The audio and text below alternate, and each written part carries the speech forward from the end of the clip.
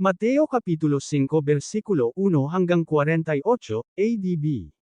Nang panahong yaon ay naglalakad si Jesus ng araw ng Sabath sa mga bakiran ng trigo, at nanggagutom ang kanyang mga alagad at nangagpasimulang magsikitil ng mga uhay at magsikain. 2. Datapwat pagkakita nito ng mga Fariseo, ay sinabi nila sa kanya, "Tingnan mo, ginagawa ng mga alagad mo ang hindi matuwid na gawin sa Sabath." 3. Datapwat sinabi niya sa kanila, "Hindi ba ganinyo nabasa ang ginawa ni David nang siya'y nagutom, at ang mga kasamahan niya?" 4. Kung paanong siya'y pumasok sa bahay ng Diyos, at kumain siya ng mga tinapay na handog, na hindi matuwid na kanin niya, ni ng mga kasamahan niya, kundi ng mga saserdote lamang. 5. O hindi ba ganinyo nabasa sa kautusan, kung papaanong sa mga araw ng Sabath ay niwawalang galang ng mga saserdote sa templo ang Sabath, at hindi na nagkakasala? 6. Datapwat sinasabi ko sa inyo, na dito ay may isang lalong dakila kaysa templo. 7. Datapwat kung nalalaman ninyo kung ano ang kahulugan nito, habag ang ibig ko, at hindi hain, ay hindi sana ninyo hinatulan ang mga walang kasalanan. 8. Sapagkat ang anak ng tao ay Panginoon ng Sabath. 9. At siya'y umalis doon at pumasok sa sinagoga nila. 10. At narito, may isang tao na tuyo ang isang kamay. At sa kanya'y itinanong nila, na sinasabi, "Matuwid bagang magpagaling sa araw ng Sabath?" Upang siya'y kanilang may sumbong. 11. At sinabi niya sa kanila, "Sino kaya sa inyo, na kung mayroong isang tupa, na kung mahulog ito sa isang hukay sa araw ng Sabath, ay hindi baga niya aabutin, at hahanggon?" 12. Gaano pa nga ang isang tao na may halaga kaysa isang tupa? Kaya't matuwid na gumawa ng mabuti sa araw ng Sabath. 13. Nang magkagayoy sinabi niya sa lalaki, "Iunat mo ang iyong kamay." At iniunat niya, at napauling walang sakit, na gaya ng isa. 14. Datapwat nagsialis ang mga Fariseo, at nangagpulong laban sa kanya, kung papaanong siya'y maipapupuksa nila. 15. At pagkahalata nito ni Jesus ay lumayo roon, at siya'y sinundan ng marami, at kanyang pinagaling silang lahat. 16. At ipinagbili niya sa kanila, na siya'y huwag nilang ihayag. 17. Upang matupad ang sinabi sa pamamagitan ng propeta Isaias, na nagsasabi. 18. Narito, ang lingkod ko na aking hinirang, at minamahal ko na kinalulugdan ng aking kaluluwa, isa sa kaniya ko ang aking espiritu, at ihahayag niya ang paghuhukom sa mga Gentil. 19. Hindi siya makikipagtalo, ni sisiga, ni maririnig man ng sinuman ang kanyang tinig sa mga lansangan. 20. Hindi niya babaliin ang tambong gapok, at hindi papatayin ang timsim na umuusok, hanggang sa papagtagumpian ang paghuhukom. 21. At aasa sa kanyang pangalan ang mga Gentil. 22. Nang magkagayoy dinala sa kanya ang isang inaalihan ng demonyo, bulag at pipi, at kanyang pinagaling, ano pat ang pipi ay nagsalita at nakakita. 23. At ang buong karamihan ay nangagtaka, at nangagsabi, "Ito kaya ang anak ni David?" 24. Datapwat nang marinig ito ng mga Fariseo, ay kanilang sinabi, "Ang taong ito'y hindi nagpapalabas ng mga demonyo, kundi sa pamamagitan ni Beelzebub na prinsipe ng mga demonyo." 25. At pagkaalam niya ng mga iniisip nila, ay sinabi niya sa kanila, "Ang bawat kahariang nagkakabahabahagi laban sa kanyang sarili ay mawawasak, ang bawat bayan o bahay na nagkakabahabahagi laban sa kanyang sarili ay hindi mananatili." 26. At kung pinalalabas ni Satanas si Satanas, siya nababahagi laban sa kanyang sarili, papaano ngang mananatili ang kanyang kaharian?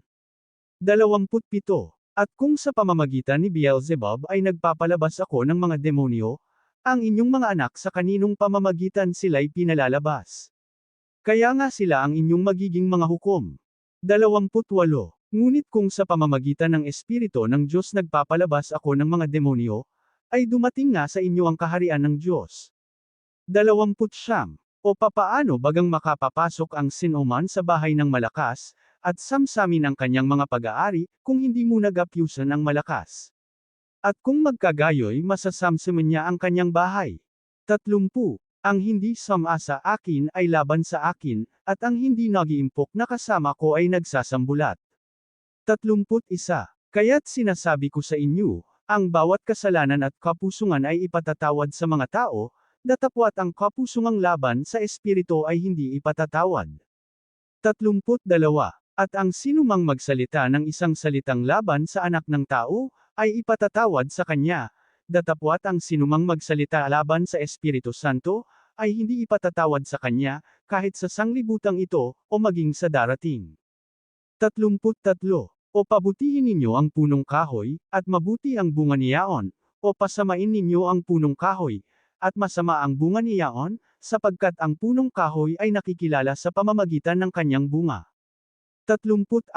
Kayong lahi ng mga ulupong, papaano kayo na masasama, ay makapagsasalita ng mabubuting bagay. Sapagkat sa kasaganaan ng puso ay nagsasalita ang bibig. 35. Ang mabuting tao sa kanyang mabuting kayamanan ay kumukuha ng mabubuting bagay, at ang masamang tao sa kanyang masamang kayamanan ay kumukuha ng masasamang bagay. 36. At sinasabi ko sa inyo, na ang bawat salitang walang kabuluhang sabihin ng mga tao ay ipagsusulit nila sa araw ng paghuhukom. 37. Sapagkat sa iyong mga salita ikaw ay magiging banal, at sa iyong mga salita ay hahatulan ka. 38. Nang magkagayoy nagsisagot sa kanya ang ilan sa mga eskriba at sa mga Fariseo, na nangagsasabi, Guro, ibig namin makakita ng isang tanda sa iyo. 39. Datapwat siya'y sumagot, at sinabi sa kanila, isang lahing masama at mapangalo niya ay humahanap ng isang tanda, at hindi siya bibigyan ng anumang tanda kundi ng tanda ng propeta Jonas. 40. Sapagkat kung paanong si Jonas ay napasa siya ng isang malaking isda na 3 araw at 3 gabi, ay gayon ding mapapasa ilalim ng lupa na 3 araw at 3 gabi ang anak ng tao. 41.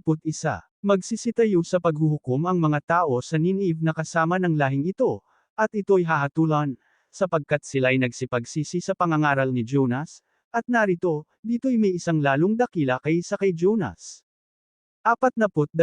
Magbabangon sa paghuhukom ang reyna ng timugan na kasama ng lahing ito, at ito'y hahatulan, sapagkat siya'y nanggaling sa mga wakas ng lupa upang pakinggan ang karunungan ni Salomon, at narito, dito'y may isang lalong dakila kaysa kay Salomon. 43. Datapwat ang karumaldumal na espiritu, kung siya'y lumabas sa tao, ay lumalakad sa mga dakong walang tubig na humahanap ng kapahingahan, at hindi makasumpong. 44. Kung magkagayoy sinasabi niya, babalik ako sa aking bahay na nilabasan ko, at pagdating niya, ay nasusumpungan niyang walang laman, walis na, at nagagayakan. 45. Kung magkagayoy yumayaon siya, at nagsasama ng 7 pang espiritu na lalong mas asama kaysa kanya, at sila'y nagsisipasok at nagsisitahan doon, at nagiging lalo pang masama ang huling kalagayan ng taong yaon kaysa una. Gayon din ang mangyayari sa masamang lahing ito. 46. Samantalang siya'y nagsasalita pa sa mga karamihan, narito, ang kanyang ina at ang kanyang mga kapatid ay nangakatayo sa labas, at ibig nilang siya'y makausap. 47. At may nagsabi sa kanya, narito, ang iyong ina at ang iyong mga kapatid ay nangakatayo sa labas, na ibig nilang makausap ka. 48. Ngunit siya'y sumagot at sinabi sa nagsabi sa kanya, sino ang aking ina? At sino-sino ang aking mga kapatid? 49. At iniunat niya ang kanyang kamay sa kanyang mga alagad, at sinabi, narito, ang aking ina at ang aking mga kapatid. 50. Sapagkat sinumang gumaganap ng kalooban ng aking ama na nasa langit, ay siyang aking kapatid na lalaki at aking kapatid na babae, at ina. Tuldok. Content sa Lungguhit Copy. New sa Lungguhit Label. Compare. Share. Tuldok. Mateo Kapitulo 5. At pagkakita sa mga karamihan, ay umahan siya sa bundok, at pagkaupo niya, ay nagsilapot sa kanya ang kanyang mga alagad. At binuka niya ang kanyang bibig at tinuruan sila, na sinasabi, mapapalad ang mga mapagpakumbabang loob, sapagkat kanila ang kaharian ng langit. Mapapalad ang nangahahapas, sapagkat sila'y aaliwin. Mapapalad ang maaamo, sapagkat mamanahin nila ang lupa. Mapapalad ang nangagugutom at nangauuho sa katwiran, sapagkat sila'y papagsasawin. Mapapalad ang mga mahabagin, sapagkat sila'y kahahabagan. Mapapalad ang mga may malinis na puso, sapagkat makikita nila ang Diyos. Mapapalad ang mga mapagpayapa, sapagkat sila'y tatawaging mga anak ng Diyos. Mapapalad ang